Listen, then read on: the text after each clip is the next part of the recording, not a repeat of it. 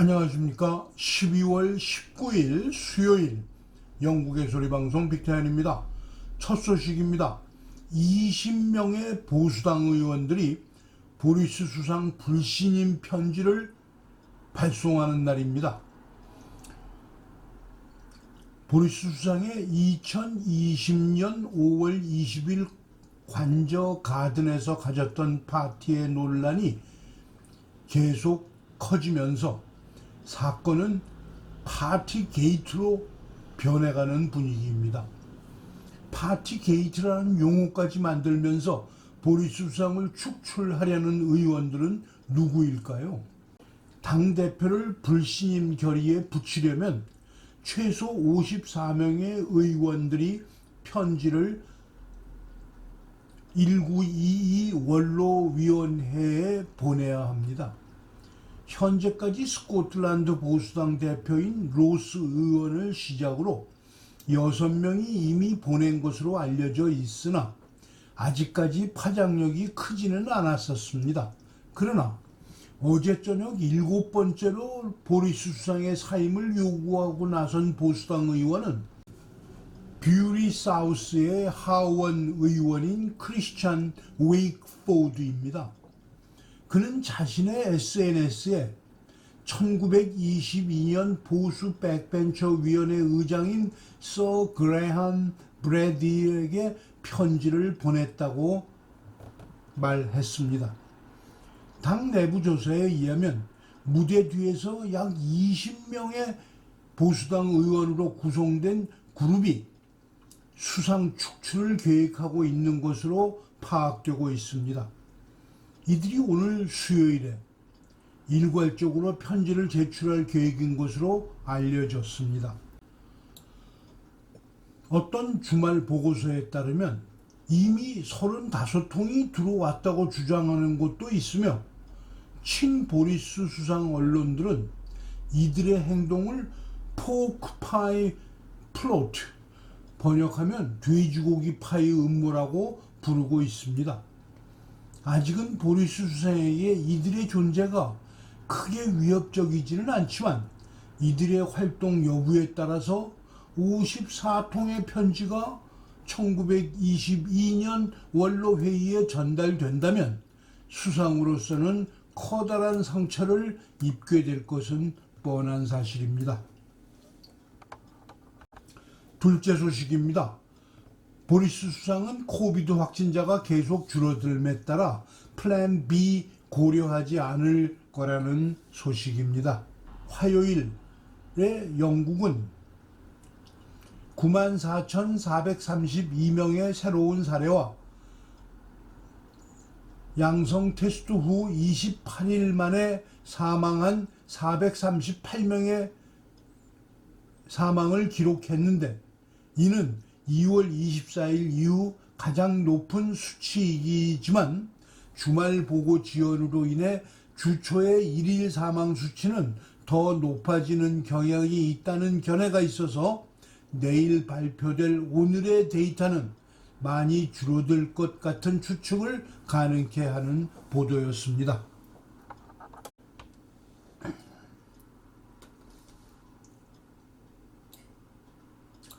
셋째 소식입니다.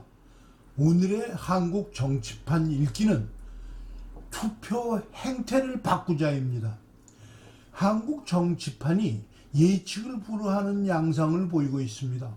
언론들이 마치 짜고 고수도 치듯 유권자들을 둘 중 하나 선택으로 몰아가고 있습니다.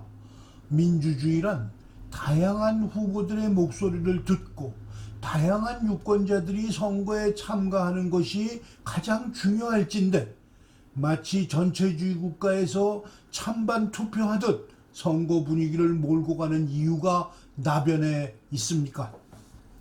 이런 물음에 대해서 그들이 연일 앵무새처럼 답변하는 것은 언론 조사기관들의 조사에서 나머지 후보들은 선호하는 유권자들이 1%도 안 되기 때문에 지면이나 화면을 화려할 필요조차 없다는 것입니다. 그러나 저희 방송을 위시한 많은 사람들이 몇 달 전부터 현재 두 후보는 둘 다 대한민국을 올바로 이끌 대통령감이 아니라는 사실을 끊임없이 주장해 왔습니다.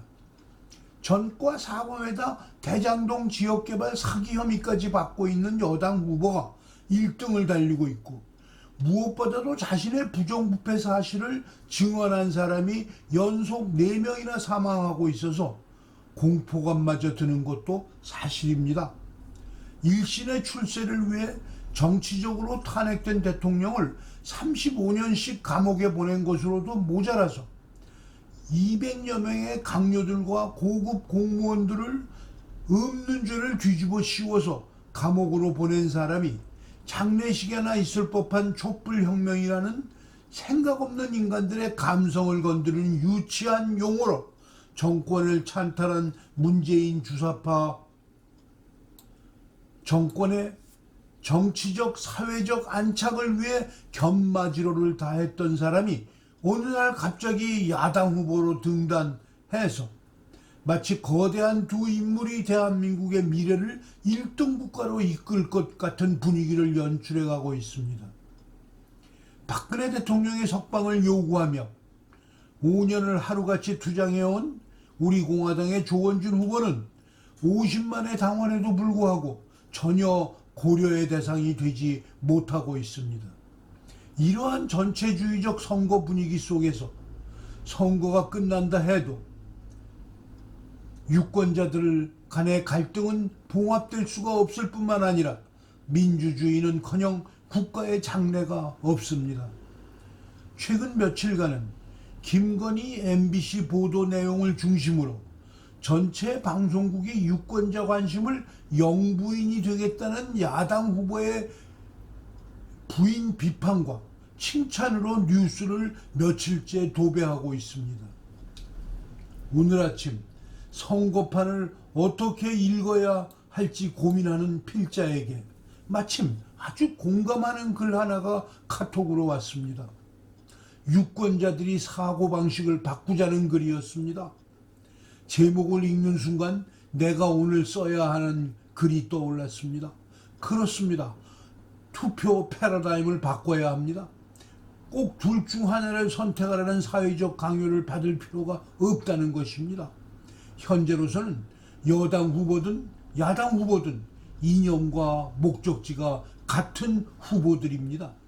그걸 알면서 여당 찍으면 공산화되고 야당 찍으면 정권 교체된다는 앞뒤가 잘 맞지 않는 선전에 몰려서 둘 중 하나를 찍어야 되는 스트레스에서 벗어나자는 것입니다.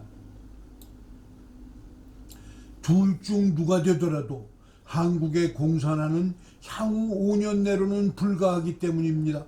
분명한 것은 둘 중 누가 되든 한국의 경제는 파산에 이르를 것입니다. 둘 중 누가 되든 정치권은 지금보다도 더 깊이 깡패와 도적과 깊이 연결되고 주사파들의 기득권은 제거되지 않을 겁니다.